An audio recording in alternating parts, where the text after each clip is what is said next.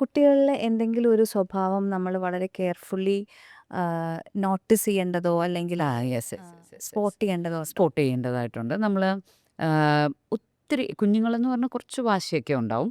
പക്ഷേ സിവിയർ അഡമെൻറ്റേഷൻസ് ചെറിയ പ്രായത്തിൽ തന്നെ വല്ലാത്ത അഡമെൻറ്റേഷൻസ് എന്ന് പറഞ്ഞാൽ ഒരു രാത്രി മുഴുവനും ഉറങ്ങാതിരുന്ന് കരയുക, അല്ലെങ്കിൽ ഇപ്പോൾ നമ്മൾ വളരെ സ്ട്രിക്ട്ലി കാര്യങ്ങളെല്ലാം പറഞ്ഞ് മനസ്സിലാക്കി അവർക്ക് വേണ്ടുന്ന എല്ലാം പ്രൊവൈഡ് ചെയ്ത്, ഫോർ എക്സാമ്പിൾ നമ്മൾ മാർജിൻ ഫ്രീയിൽ പോകുമ്പോൾ, സൂപ്പർ മാർക്കറ്റിൽ പോകുമ്പോൾ മോൻ്റെ കോട്ട ഒരു ചോക്ലേറ്റാണ്. പക്ഷെ ചെല്ലുമ്പോൾ തൊട്ട് കാണുന്ന ചോക്ലേറ്റ്സ് എല്ലാം ഉം. വാരിയെടുക്കുകയാണ്. അവസാനം ഇതെല്ലാം തിരിച്ചു കൊണ്ടുവച്ചിട്ട് അമ്മ ഒരു ചോക്ലേറ്റ് മാത്രം എടുക്കുന്നു. He started rolling there. Yeah. ഇങ്ങനെ ഉരുണ്ടുരുണ്ടുരുണ്ട് പോയി.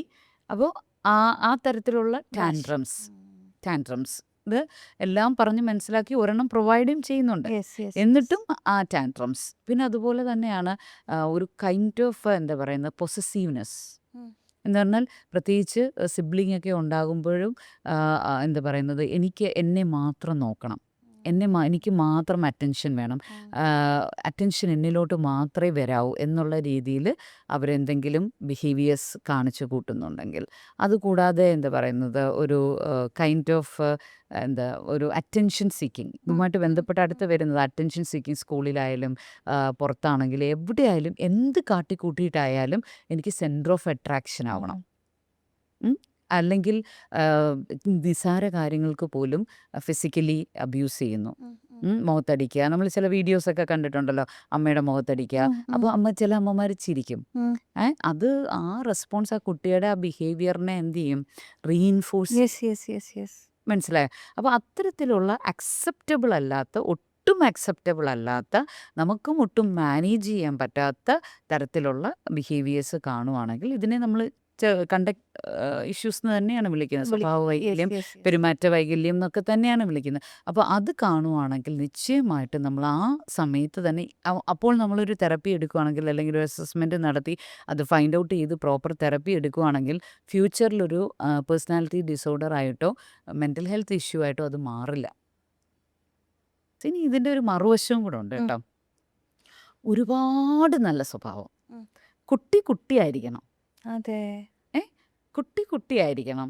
ഒരു നല്ല സ്വഭാവം എന്ന് പറഞ്ഞാൽ ഒരു വളരെ അതായത് അഡൽറ്റിനെ പോലെ പെരുമാറണം. യെസ് യെസ് നമുക്കൊരു കേസ് ഉണ്ടായെന്ന് പറഞ്ഞാൽ, ഈവൻ ദോ സോക്സ് വരെ ഈ ഫസ്റ്റ് സ്റ്റാൻഡേർഡ് ഗേള് രാത്രിയെല്ലാം അയൺ ചെയ്ത് വെച്ച് കൃത്യമായിട്ട് വെച്ചിട്ടേ കിടന്നുറങ്ങത്തുള്ളൂ. ഹോംവർക്ക്സ് സ്കൂളിൽ നിന്ന് വന്നാൽ ഉടനെ ഇരുന്ന് ഹോംവർക്ക്സ് എല്ലാം finish. She's good in IQ. Obsession അത് അവിടാണ്. പക്ഷേ 9th സ്റ്റാൻഡേർഡിൽ വന്നപ്പോൾ അവൾക്ക് പെട്ടെന്നൊരു സൈക്കിൾ ആക്സിഡൻ്റ് ഉണ്ടായി. കുറച്ച് നാൾ സ്കൂളിൽ പോകാൻ പറ്റുന്നില്ല. കുറച്ച് കാര്യങ്ങൾ മിസ്സായി. അപ്പോൾ ഫ്രണ്ട്സിന് കുറച്ച് ഡിസ്റ്റൻസിങ് വരുന്നു. ഈ കുട്ടിക്ക് വല്ലാത്ത ട്രോമയാണ്. ആ നോട്ട്സൊന്നും പിക്കപ്പ് ചെയ്യാൻ പറ്റുന്നില്ല, അല്ലെങ്കിൽ എനിക്കെന്തോ ഡിസ്റ്റൻസ് വന്ന പോലെ അവൾക്ക് ഇൻഫീരിയർ ആയിട്ട് ഫീൽ ചെയ്യാണ്.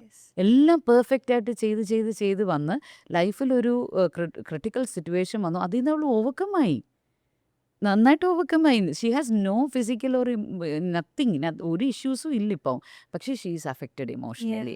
അപ്പോൾ അതുകൊണ്ട് ഇനി വേറൊരു കാറ്റഗറിയാണ് ക്ലിങ്ങിങ്നെസ്. പേരൻസിന് ഭയങ്കര ഇഷ്ടം, പ്രത്യേകിച്ച് ഈ അമ്മമാർക്ക്, ചില അമ്മമാർക്ക് എൻ്റെ കുഞ്ഞിന് എന്നോട് വല്ലാത്ത സ്നേഹം കേട്ടോ, എപ്പോൾ എവിടെ പോയാലും എൻ്റെ പുറകെ നടക്കുന്നു, അമ്മ പറഞ്ഞിട്ടേ കാര്യം ചെയ്യത്തുള്ളൂ, അമ്മ പറയുന്നതേ ചെയ്യത്തുള്ളൂ. പക്ഷെ that will end up in dependency. Yes yes yes yes മനസ്സിലായോ? കുറച്ചുകൂടെ മുതിർന്ന് പോകുമ്പോൾ ഇവർക്ക് ഈ ആരാണോ കൂടെയുള്ള പാർട്ട്ണർ, അവർ മദർ അവരിങ്ങനെ ഇവരെ പാമ്പർ ചെയ്ത് മദർ ചെയ്ത് കെയർ ചെയ്ത് കൊണ്ടുപോയില്ലെങ്കിൽ അവർക്ക് without A support they couldn't leave. അപ്പോൾ ഇത്തരത്തിൽ എന്തുണ്ടെങ്കിലും ഒരു ബാലൻസിങ് ഇല്ലാതെ എന്ത് പോകുന്നുണ്ടെങ്കിലും ഡെഫിനറ്റ്ലി നമ്മൾ ഐഡൻറ്റിഫൈ ചെയ്ത് അറ്റ് ദ ഏർലിയസ്റ്റ്, നിങ്ങളത് ഏജ് നോക്കരുത്. ഞാൻ പറയുന്ന ഏജ് നോക്കരുത്. 2 ഇയേഴ്സിലും തെറപ്പിയുണ്ട്, 1.5 ഇയേഴ്സിലും തെറപ്പിയുണ്ട്. അത് പേരൻറ്റിലൂടെയാണ് ചെയ്യുന്നത് മാത്രം. മനസ്സിലായോ? പേരൻറ്റും ആ കുഞ്ഞിനും മനസ്സിലാകുന്ന രീതിയിൽ നമുക്ക് പല കാര്യങ്ങളും ചെയ്യാനായിട്ട് പറ്റും. അവിടെയാണ് ഈ ക്യാരക്ടർ ഫോർമേഷൻ മുഴുവനും കിടക്കുന്നത്, നമ്മുടെ ബിഹേവിയർ ഫോർമേഷൻ മുഴുവനും കിടക്കുന്നത്. നമ്മളുടെ ചൊല്ലുണ്ടല്ലോ, കതിരെ കൊണ്ട് വളം വെക്കുന്നതിനേക്കാളും എന്ത് നല്ലതാണ് ചുട്ടയിലെ ശീലം ചുടല വരെ. അതെ അതെ അതെ അതെ